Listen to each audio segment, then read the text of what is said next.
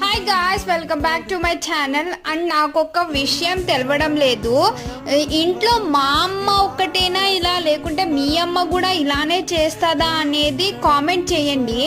ఏం లేదు ఫ్రెండ్స్, మా ఇంటికి మా అమ్మ వాళ్ళ తరపు నుండి బంధువులు వస్తున్నారనమాట. వాళ్ళ కోసమని తను స్వయంగా వెళ్ళి చికెన్ తెచ్చి చికెన్ పకోడా వేసి అన్నము, అదే చిగురు పప్పు, ఇంకా దాని తర్వాత వాళ్ళకి సర్వ్ చేసేకి స్నాక్స్ లాగా మ్యాంగోస్, ఇంకా నా మోస్ట్ ఫేవరెట్ సమ్మర్ అంటేనే నాకు మ్యాంగోస్, తర్వాత ఈ నేరేడు కాయలు అనమాట.